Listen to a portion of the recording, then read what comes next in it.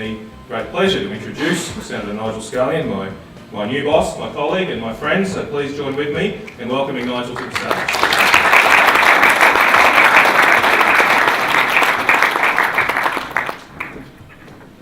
Well done, Matty. First rule, be nice to the boss. Look, I'd like to begin by acknowledging the traditional owners of the land on which we meet. And before I go on to make a few remarks on the state of the Senate and the contributions of my Senate colleagues, and take you through a journey which is Indigenous policy, perhaps touch on constitutional recognition, I would like to add my acknowledgements both to my leader and my deputy leader.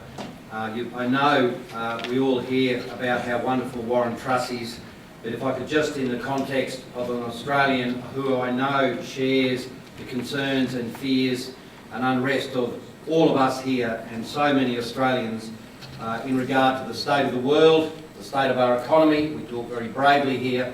It's a big task. The world is unravelling at a pace that makes me concerned, and I think we all need to know and understand the particular role that Warren Truss plays in our Economic Review Committee process to get it back on track.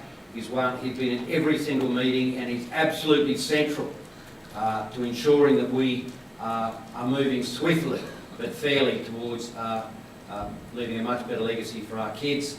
And to our Deputy Leader, Barnaby, mate, I have a particular thank you from Territorians.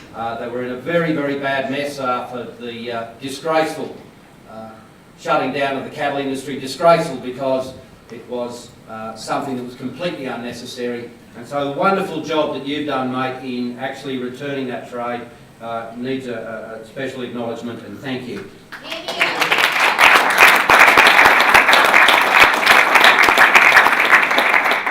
So it certainly wouldn't surprise anyone here to know that again the Senate is playing a very large role in the government outcomes.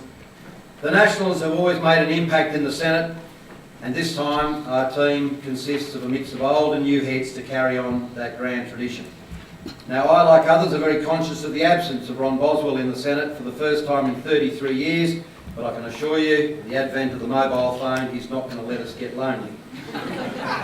We now have a new crew, and I have to report that they are all boxing above their weight. I'd like to take you now briefly on a journey into Indigenous affairs. As you would know, many times I have said in this place, this is our portfolio. This is the portfolio that belongs to the National Party. The vast majority of Aboriginal Islander people, certainly those most in need, are our constituents. Like few in this room, I'm sure, I didn't really think that the apology we made in 2008 would really matter. All the symbolic trumpeting was fantastic, but I just couldn't see what a difference that would make. Well, how wrong I was. The changes to the way Aboriginal people as individuals and communities saw themselves after that apology, in my very close experience, were extraordinary. Symbolic change must happen if practical changes are to succeed. They have to go hand in hand. One of the first acts of the new government was to bring the administration of more than 150 Indigenous programs with around 2,000 activities across the country back down to and the programs and services from some 8 different government departments into the Department of Prime Minister and Cabinet. There's far too much waste, for far too long in Indigenous affairs. We know we've spent billions, we've squandered billions on housing and infrastructure under Labor, but it just hasn't appeared. You can't beat your chest and say you've spent the money, you've got to point at the outcomes. So we've turned those 150 lines of funding into 5 streamlined areas with a total funding of $4.8 billion, and we've called it the Indigenous Advancement Strategy. Our vocational education and training centres are training for jobs. They're not training for training's sake. We've ensured working for the other way. We find a job. It's not a weird job, it's just not a job with a name. It's got an address, it's got a time you have to turn up, it's got where you work and what you've got to do. And we thought, I certainly thought, let's not have low expectations in this. Let's aim high. We want 5,000 jobs this year. Well, there's a few shaking of heads, but I'm happy to report in this demand-driven model, we've now achieved 4,074.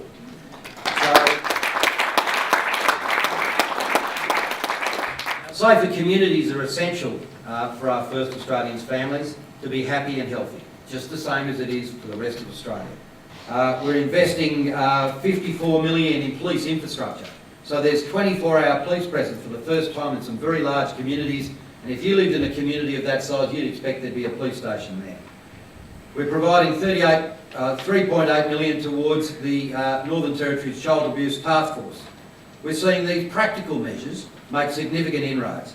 Well, we'd all know this is a long and winding road, but this road is a highway to better lives for our First Australians. Now, many have tried and failed despite major investments. The only way to succeed is to ensure that we involve the Indigenous people at the decision-making level. We have to have the conversation that there is a problem in the first place. Then when we've had an agreement that yes, it is a challenge for us all, we have a conversation, a fair income conversation, in a new fair income partnership to establish the way forward. So we've committed to provide $5 million to support a 9-month design phase of the Empowered Community Initiative. Indigenous leaders are reporting very encouraging outcomes because they're leading it. And this is a mighty dream full of risks, but we should never allow our expectations to be lower, because that in the past has created two Australias. One with a higher expectation, as we all expect for their child's future, and another with low expectations. This inequity is absolutely unacceptable, and it characterises the passive racism that is so often applied to our First Australians. As the Nationals look to private enterprise as the solution to a healthy economy, so too is it the solution to Indigenous employment. Some of Australia's best known companies are engaging at providing real jobs and training: Woolies, Coles, Commonwealth Bank, Transfield, Copperchem, the Copperchem mine in Cloncurry. They are the business opportunities being built up by local Aboriginal people. I tell you this because it's important to get the message out there that there are positive stories happening, lessons are being learned on how to make real jobs, which is the ultimate solution to welfare dependency and subsidised poverty. I've outlined what I believe to be a realistic way through years of mismanagement and waste in the past in Indigenous affairs. The key is relationships with people at the grassroots. The Nationals have always been good at that, and they naturally understand it because they too have the experience of being a long way from decision makers. The Nationalist seats are generally the poorest seats and contain significant numbers of Aboriginal and Islander people. If we as Nats can stand up and say yes to constitutional recognition, then we're saying yes to recognising people that we've grown up with, worked alongside, or gone to school with. Aboriginal and Torres Strait Islander peoples are the first inhabitants of this country, and recognising them through our Constitution presents a historic opportunity to acknowledge their unique culture and history and their enormous contribution to this nation. The vote of Conservatives is of vital importance in the debate on constitutional recognition, and it will only succeed with bipartisanship. So when you leave this council, I'd like you to ask yourself this question: is it honourable and decent thing to do to support your Indigenous neighbours in recognition in Australia's founding document? Well, I think it is. And to you, if it is, then I'm going to be doing everything possible to see that it succeeds at my level, and I hope you can do that at your community level. It'll quite literally take a national sense of honour to see this through. If we get this right as a nation, we'll be able to work together to write a new story for all of us. Thank you.